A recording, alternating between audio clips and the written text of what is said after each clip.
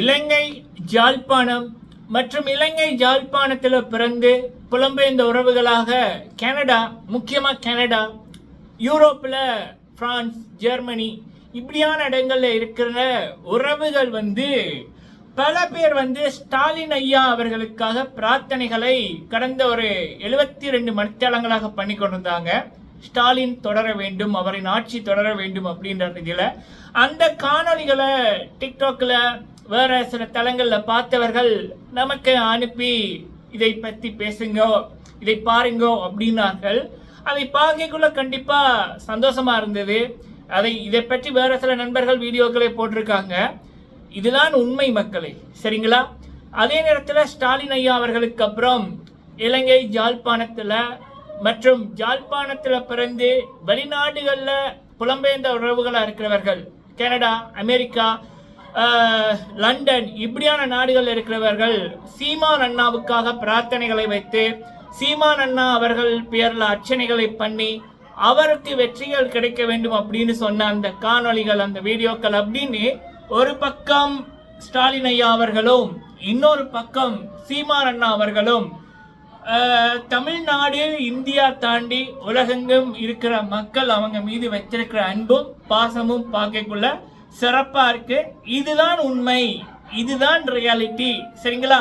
So அதே நேரம் இந்த பிஆர் கூட்டத்தை வச்சு, இந்த ரூட்டு மாஃபியாவை வச்சு கேடுகட்ட விஜயன்றவன் தனக்கு மக்கள் ஆதரவு இருப்பதாகவும் உலகம் ஃபுல்லா இருக்கிறவங்க தன்னை நேசிப்பதாகவும் ஒரு மாய வலையை பிம்பி வச்சிருக்கான். அதுக்கு நிறைய கோடிகள் செலவு பண்ணியிருக்கான். இந்த டிஜிட்டல் மூலம் மக்களை ஏமாத்தலாம் அப்படின்னு. ஆனா உண்மைக்கு பக்கத்துல அந்த உண்மையை எத்தனை கோடி செலவு பண்ணாலும் உடைக்க முடியாது அப்படி என்பதற்கு காலம் படிப்பிக்கிற பாடம் தான் இது. நம்ம தலைவர் சூப்பர் ஸ்டார் ரஜினிகாந்த் சார் அவர்கள் சொன்னது போல, காலம் பேசாது ஆனா காத்திருந்து பதில் சொல்லும் அப்படின்னு. அதே போல நடக்கிற சம்பவங்கள் சிறப்பு. மே 4 அந்த காலம் இந்த விஜய் என்ற கேவலமான மனிதருக்கும் அவனோட ஜோம்பி கூட்டத்துக்கும் படிப்பிக்க போற பாடம் தரமான சிறப்பான சம்பவமா இருக்கும். சோ ஓகே, இந்த வீடியோல நம்ம பேச போற விடயங்கள் ஜனனி மேம் அவர்களுடைய படம் கருப்பு, அதுல அவங்க நடிச்சிருக்காங்க. அப்ப அந்த படம் தொடர்பாக இலங்கையில எடுக்கப்பட்ட காட்சிகள், அதுல நடந்தது என்ன அப்படின்னு அதை பற்றி ஒரு பார்வை ஒண்ணு. அடுத்தது கில்மிசா அவர்களுடைய தரமான சிறப்பான சம்பவம், சரிங்களா? ஒன்னல்ல ரெண்டல்ல, பேக் டு பேக். 16 வயசுல எனக்கு தெரிஞ்சு அந்த மேச்சூரிட்டின்றது வயசு ஏறத்தான் வரும். பட் கில்மிசா அவர்களை பொறுத்த வரைக்குமே இந்த 16 வயசுக்குள்ள, அதுவும் கடந்த ஒரு 3.5 வருடங்களுக்குள்ளேயே ஏற்றம், இறக்கம், இனிப்பு, புளிப்பு, அதாவது ஒரு சுவையன்று இருந்தா இனிப்பும் இருக்கணும், புளிப்பும் இருக்கணும்.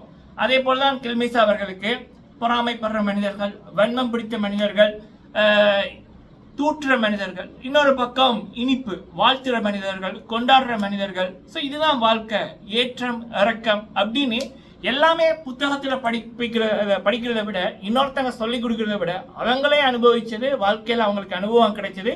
இந்த பொண்ணு எங்கேயோ உச்சத்துக்கு போறாங்க அப்படி என்பதுதான் அதோட அறிகுறி. அதன் நிமித்தம் அவங்களுடைய அடுத்து வர இருக்கின்ற சம்பவங்களோட அப்டேட், சரிங்களா? அடுத்தது சங்கீதா மேம் அவர்களுக்கு எதிராக இந்த விஜய் என்ற கேவலமானவன் அவனோட டிஜிட்டல் மாஃபியாவை வச்சு பண்ண விடயங்கள் இப்ப பகிரங்கமா வழியில வருது. அது என்ன அப்படின்றதையும் பார்க்கலாம்.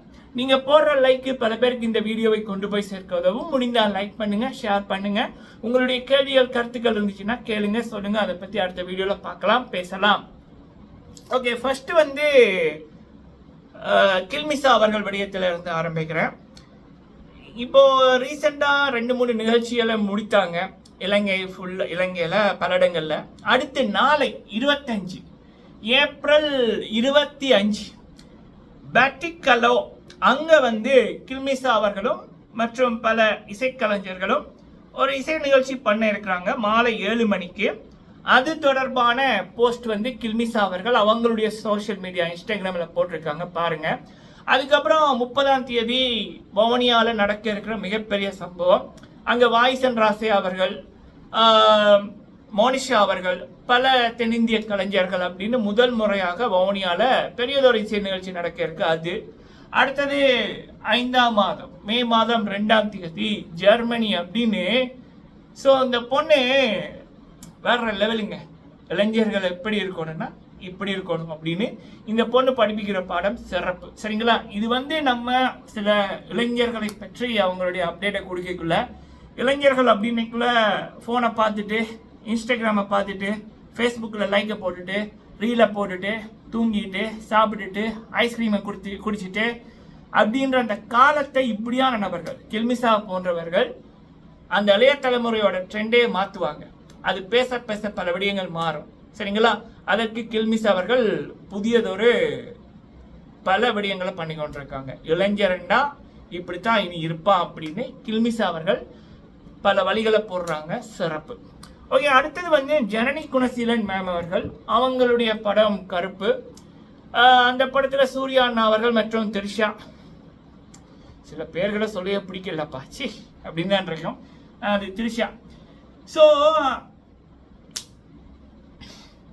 ஓகே, ஸோ இவங்க வந்து இந்த படத்தில் நடிச்சிருக்காங்க. அப்போ அந்த படத்தோட ஷூட்டிங் வந்து இலங்கையில் எடுக்கப்பட்டிருக்கு.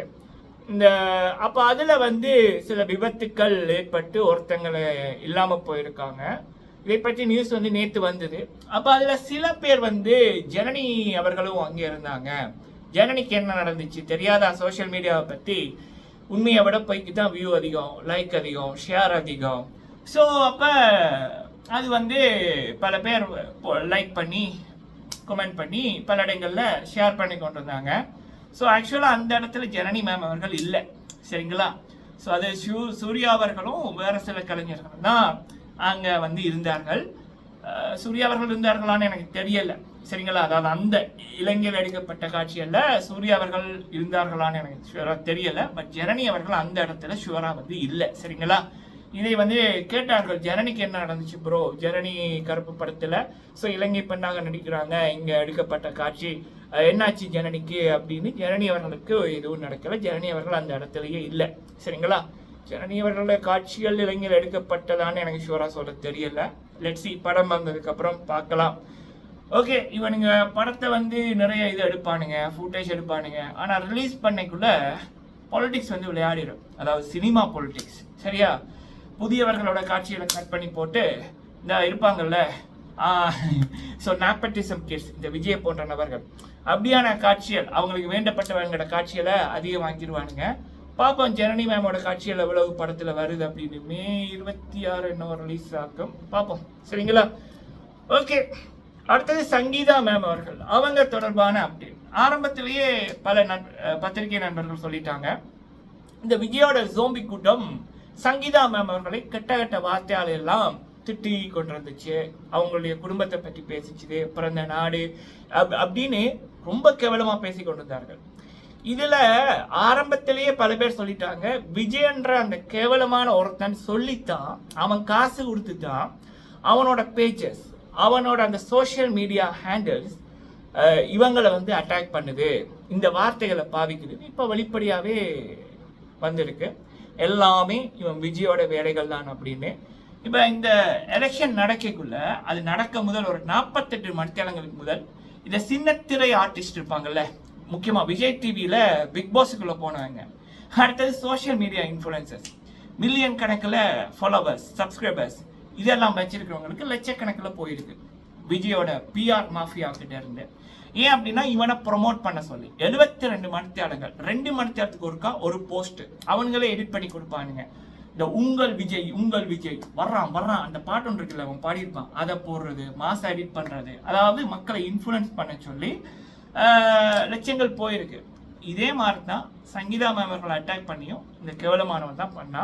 இது அப்போவே பல பேர் சொல்லிட்டாங்க. இப்போ காலமும் படிப்பிச்சிருக்கு பாடம் இவனோட கேவலமான முகத்தை. நன்றி மக்களே.